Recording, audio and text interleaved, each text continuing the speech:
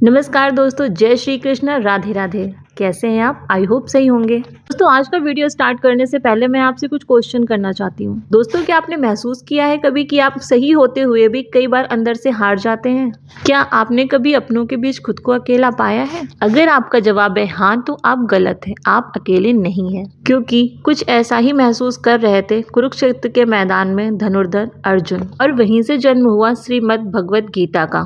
तो दोस्तों, हमारे वीडियो का आज का टॉपिक है श्रीमद् भगवद गीता का सार और उसका संदेश। दोस्तों, यह कहानी सिर्फ युद्ध की नहीं, बल्कि ये कहानी आत्मा की है। ये ग्रंथ सिर्फ धर्म का नहीं, बल्कि जीवन जीने की एक कला है। दोस्तों, श्रीमद् भगवद गीता सिर्फ एक किताब नहीं, बल्कि ये संघर्ष के लिए खड़े हर इंसान की आवाज है। दोस्तों, कहानी को ध्यान से और पूरी सुनिएगा। मुझे पूरा यकीन है कि ये आपकी सोच को बदल देगा। कुरुक्षेत्र का मैदान, एक ओर पांडव और दूसरी ओर कौरव। शंखनाद हो चुका था और युद्ध प्रारंभ होने वाला था। तभी अर्जुन के हाथों से गांडीव गिर जाता है। वो कहते हैं, हे केशव, मैं कैसे अपने गुरुओं को, अपने भाइयों को तथा अपने रिश्तेदारों को मार सकता हूँ? यह युद्ध जीत कर भी मुझे क्या मिलेगा? मैं तो सब कुछ खो दूंगा। अर्जुन का शरीर कांप रहा था, उसकी आंखों में आंसू थे और उसका मन भय से भर गया था। तभी श्री कृष्ण मुस्कुराते हुए कहते हैं, हे अर्जुन, तुम शरीर को देखकर शोक कर रहे हो, जबकि आत्मा न जन्म लेती है और न ही मरती है। वो तो कपड़ों की तरह है।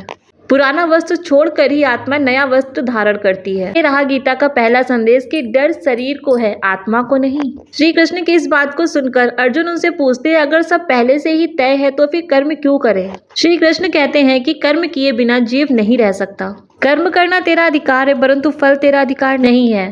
कर्म करो और पूरी ईमानदारी से करो, उसमें अपना सर्वस्व न्यौछावर कर दो और उसका परिणाम भगवान पर छोड़ दो। दोस्तों, श्री कृष्ण कहते हैं कि जो सुख में अहंकार ना करे और दुख में टूटे नहीं, वही सच्चा योगी है। आज का इंसान सुख में घमंडी हो जाता है, दुख में टूट जाता है, परंतु गीता कहती है कि सब कुछ अस्थायी है, कुछ भी स्थायी नहीं है। जो आज है वो कल नहीं होगा।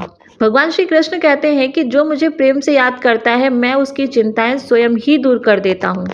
दोस्तों, भक्ति का अर्थ मंदिर जाना नहीं है, बल्कि भक्ति का अर्थ है खुद को भगवान को समर्पित कर देना। अपने सभी कर्म, अच्छा बुरा, सभी उनको अर्पित कर देना। दोस्तों, गीता कहती है कि जिसने स्वयं को जान लिया, उसने इस संसार को जान लिया। लोभ, लालच और अहंकार ये मनुष्य के सबसे बड़े शत्रु हैं। श्री कृष्ण की इन बातों को सुनकर अर्जुन का मन अब शांत हो चुका था, उनका भ्रम टूट चुका था। अर्जुन श्री कृष्ण से कहते हैं, हे माधव, मेरा समस्त मोह अब नष्ट हो चुका है। अब मैं आपके वचनों का पालन करूंगा, क्योंकि यह युद्ध अब बाहर का नहीं, बल्कि अंदर का है। दोस्तों, जब भी आपके जीवन में ऐसा समय आए जब आप अर्जुन बन जाओ, तो गीता को श्री कृष्ण बना लो, आपकी समस्त दुविधाएं दूर हो जाएंगी। श्री कृष्ण कहते हैं, अपने कर्तव्यों से भागना सबसे बड़ा अधर्म है। अगर माँ अपना कर्तव्य छोड़ दे और पिता अपनी जिम्मेदारी से भाग जाए, तो संतान का फिर क्या होगा? अगर इस संसार में इंसान मेहनत करना छोड़ दे, तो संसार खत्म हो जाएगा। गीता कहती है कि डर के कारण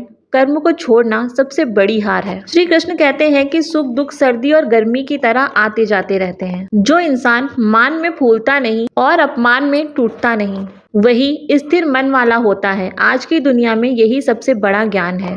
दोस्तों, भक्ति का अर्थ सिर्फ पूजा नहीं है। भक्ति का अर्थ है काम करते हुए ईमानदारी, बोलते समय सच्चाई और मन में करुणा। श्री कृष्ण कहते हैं कि तुम मुझे सच्चे मन से पुकारो, मैं तुम्हारी समस्त जिम्मेदारियां लूंगा और तुम्हारा जीवन आसान कर दूंगा। गीता में लिखा है, काम, क्रोध, लोभ, मोह, मद, मत्सर यही इंसान को नीचे गिराते हैं। जो इंसान इस पे विजय पा लेता है, वही संसार को और मुझे जीत लेता है। एक प्रश्न मेरा आपसे है, क्या आपके जीवन की सबसे बड़ी समस्या आपके हालात या फिर आपका मन? अर्जुन के हालात नहीं बदले थे, युद्ध भी वही था, लोग भी वही थे। कुछ बदला था तो वो था अर्जुन का दृष्टिकोण। जब किसी की दृष्टि बदलती है तो उसका जीवन स्वयं ही बदल जाता है। शायद गीता का यही रहस्य है। दोस्तों, गीता के ज्ञान को अपने जीवन से जोड़िए। गीता को रोज पढ़ना जरूरी नहीं है, परंतु हर दिन आप गीता की तरह सोचने की कोशिश कीजिए, क्योंकि जब सोच अच्छी हो तो रास्ता अपने आप बन जाता है। अगर आपको ये वीडियो अच्छा लगा है तो इसे लाइक करें, शेयर करें और हाँ, कमेंट में हमें बताएं कि आपको नेक्स्ट वीडियो किस टॉपिक पर चाहिए। और अगर आपने अभी तक हमारे चैनल को सब्सक्राइब नहीं किया है, आई रिक्वेस्ट यू प्लीज़ कर लीजिए। Thank you so much for watching.